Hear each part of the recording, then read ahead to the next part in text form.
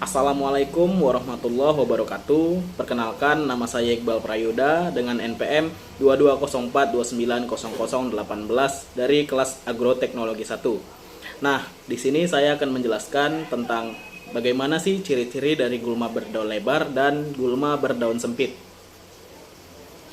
Sebelum saya memperlihatkan apa saja ciri morfologi dari gulma berdaun lebar dan gulma berdaun sempit, saya akan menjelaskan mengenai perbedaan antara keduanya.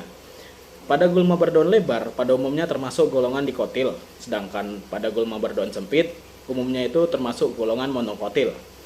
Nah, untuk daunnya, pada gulma berdaun sempit biasanya berbentuk pita, dan untuk akarnya, pada gulma berdaun sempit, itu berakar serabut, dan gulma berdaun lebar itu berakar tunggang.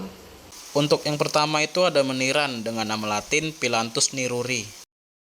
Meniran ini merupakan salah satu contoh gulma berdaun lebar yang sering kita jumpai dengan ciri morfologinya, batang yang berbentuk bulat dan berwarna hijau, serta terdapat cabang-cabang yang disertai dengan daun-daun majemuk yang terdiri dari 8 hingga 25 daun yang berbentuk oval. Dan di bawah daun tersebut terdapat biji-biji kecil yang berwarna hijau. Meniran ini memiliki akar tunggang, seperti yang sebelumnya saya jelaskan bahwa ciri morfologi dari gulma berdaun lebar itu adalah memiliki akar tunggang. Namun, di akar ini juga terdapat akar-akar kecil atau serabut-serabut kecil yang membantu meniran ini untuk menyerap air dan unsur hara dari tanah. Selanjutnya ada babandotan dengan nama latin Agratum conizoides. Babandotan ini termasuk salah satu contoh gulma berdaun lebar dengan morfologi batangnya berbentuk bulat serta ditumbuhi bulu-bulu halus yang berwarna putih. Sedangkan pada daunnya terdapat sisi-sisi bergerigi serta ujungnya yang runcing. Ciri-ciri yang mencolok pada babandotan ini yaitu terdapat pada ujung bunganya yang berwarna putih hingga keunguan. Akar babandotan ini termasuk pada akar tunggang dengan serabut-serabut kecil di sekitar akarnya. Kemudian ada bayam duri dengan nama latin Amaranthus spinosus. Bayam duri ini merupakan salah satu contoh gulma berdaun lebar dengan ciri morfologi daunnya berbentuk oval, lebar, dan juga berwarna hijau. Sedangkan pada batang bayam duri ini memiliki batang bulat berair dan juga lunak. Biasanya bayam duri memiliki batang yang berwarna merah dan terdapat duri-duri pada pangkal batangnya. Dan juga bunga bayam duri biasanya berwarna hijau. Pada bunga jantan, bunganya berkumpul membentuk bulir, sedangkan pada bunga betina terdapat pada pangkal batang yang menempel. Dan juga seperti gulma berdaun lebar lainnya, bayam duri juga memiliki akar tunggang. Selanjutnya salah satu contoh gulma berdaun sempit yaitu ilalang dengan nama latin Imperata cylindrica. Ilalang memiliki ciri morfologi yaitu helaian daun yang tumbuh tegak seperti garis-garis yang menyempit ke bagian pangkal batangnya. Kemudian jika ilalang ini diraba, pinggir daunnya akan seperti bergerigi dan kasar.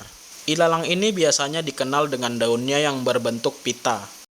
Kemudian pada akarnya, akar ilalang ini adalah akar serabut, yang dimana sebelumnya sudah saya jelaskan bahwa gulma berdaun sempit ciri-cirinya yaitu akarnya akar serabut. Ilalang ini tumbuhnya berimpun dengan perkembangbiakannya biasanya dengan biji atau rimpang. Setelah mengetahui ciri morfologi dari gulma-gulma tersebut, kita dapat mengetahui bagaimana sih caranya untuk mengendalikan gulma-gulma tersebut. Jadi biasanya pada gulma berdaun lebar, gulma-gulma ini akan tumbuh beriringan dengan tanaman budidaya. Jadi biasanya pengendaliannya itu dengan cara memodifikasi lingkungan atau biasanya dengan mengolah lahan sebelum melakukan budidaya tanaman. Atau biasanya jika gulma tersebut sudah tumbuh, itu bisa dilakukan pengendalian secara mekanik sebelum gulma tersebut masuk ke usia reproduktif. Selanjutnya pengendalian gulma berdaun sempit atau contohnya seperti ilalang, sudah sangat kita ketahui bahwa ilalang ini sangat sulit untuk dikendalikan karena perkembangbiakannya yang melalui rimpang. Jadi pengendalian yang tepat itu yaitu menggunakan pestisida sintetik yang bijaksana. Selain itu menurut saya pengendalian terpadu juga dapat kita terapkan untuk menghambat pertumbuhan ilalang ini.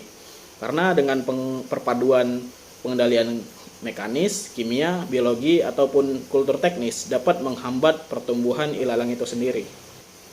Sekian penjelasan saya mengenai perbedaan serta ciri morfologi dari gulma berdaun lebar dan berdaun sempit. Semoga mudah dipahami. Wassalamualaikum warahmatullahi wabarakatuh.